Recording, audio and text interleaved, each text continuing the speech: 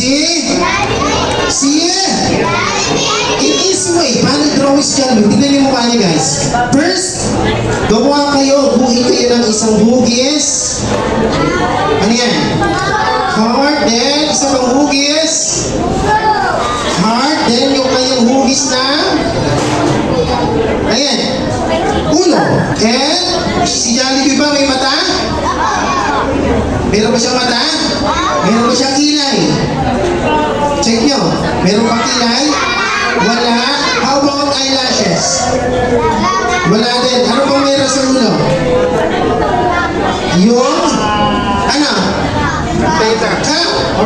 Or this one? Ano yan? Ha?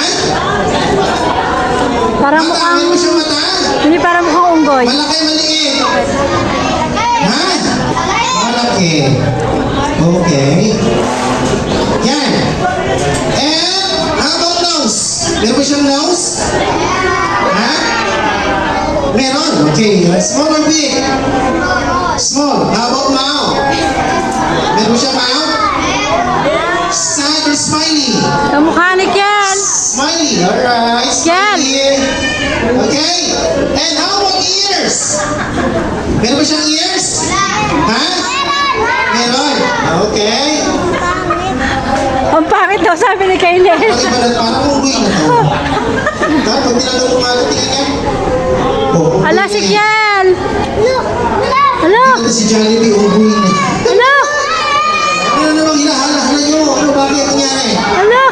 Ang alin? Yung mata ko magalaw. Sure. Bate, quieting na natin. Hindi naman. Ako nilulungan. Hindi gagalaw yan. Drawing lang yan. Ha? Sigurado kayo magalaw. Okay. Quieting na natin. Hindi naman eh. Nilulungan niyo. Walang gumagalaw na drawing. Okay guys.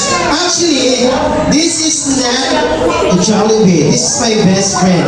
And his name is, you know what? Ang pangalan niya is si Tukbe. Bakit natawa kayo? Ha? Bakit kayo natawa? Then every night before kami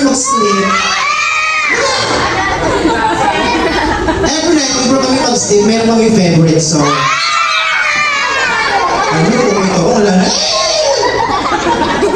Gusto nyo marinig yung mga favorite namin bago kayo mag-sleep?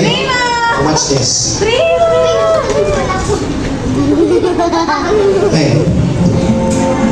I can watch. Hey. Hello, hello.